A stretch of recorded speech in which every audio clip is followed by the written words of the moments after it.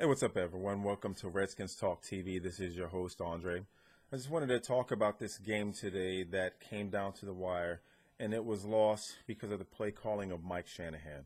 Now, with this, I now truly believe that Mike Shanahan is looking for a way out of DC because when you have a head coach that has the opportunity to get the touchdown, narrow the score down to within 1 point, and that 1 point being the extra point after the touchdown, why not take that opportunity to get that 1 point and go into the fifth period instead of trying to go for two?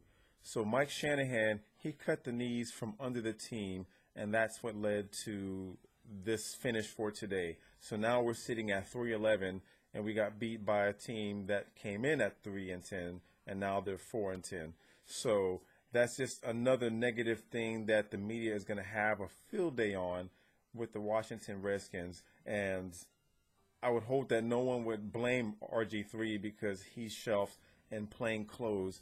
Kirk Cousins, he had a pretty decent game, looked good on some passes, looked not so good on others, and the outcome could have been the same if RG3 was in there. Now, it's easy to acknowledge that Kirk Cousins is a better or a more pure pocket passer than RG3, although RG3 didn't become Rookie of the Year last season just strictly by running. He had some really good throws, and for those who can't acknowledge that, well, maybe you just don't know football all too well. But this isn't about last season. What's happening this season is just a culmination of poor execution, lack of discipline, extremely poor defense, an offensive line that cannot open holes for the running back and cannot pass block for the quarterback to give more time. And of course, we have the play calling from the offensive coordinator, which has really, really hindered the team.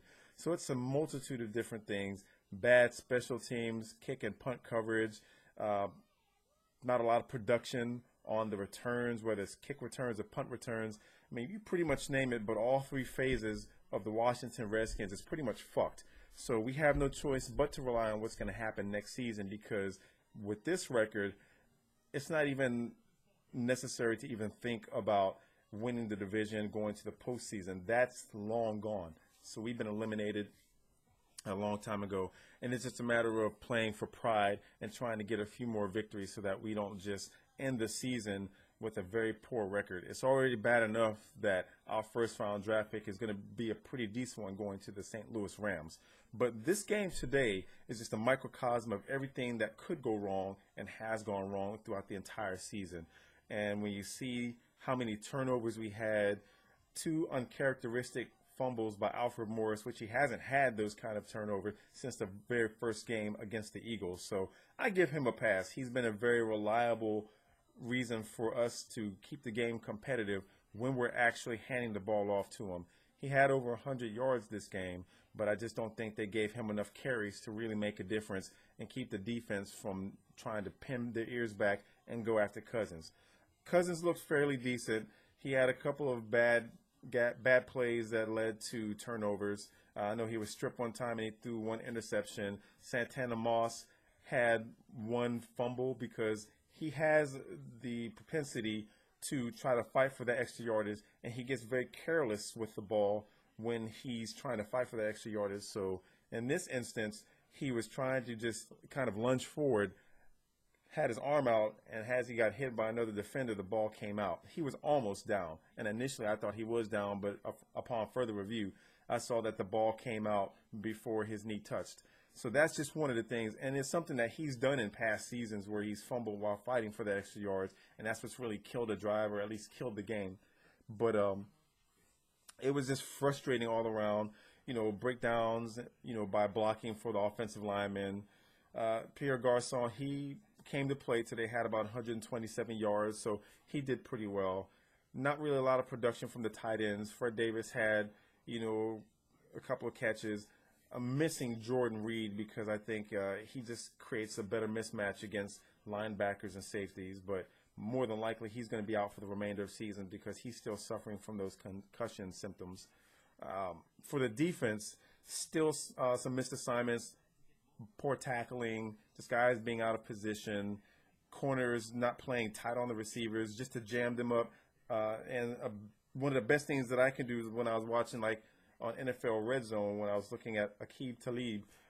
He's a rangy, bigger corner, and what he does, it's almost like he punches the receiver in the chest at the snap of the ball just to kind of keep him in his place, and it throws off the timing. And that's the one thing that I've been wanting to see from David Amerson and D'Angelo Hall, is just to kind of get the arm out there. I know another corner, does that. I forgot his name, but this game right here, it was lost by the head coach simply because Mike Shanahan decided to go for 2 fucking points with 18 seconds left instead of going for the extra point and going into overtime. So that's just a frustration that all of us fans have to deal with.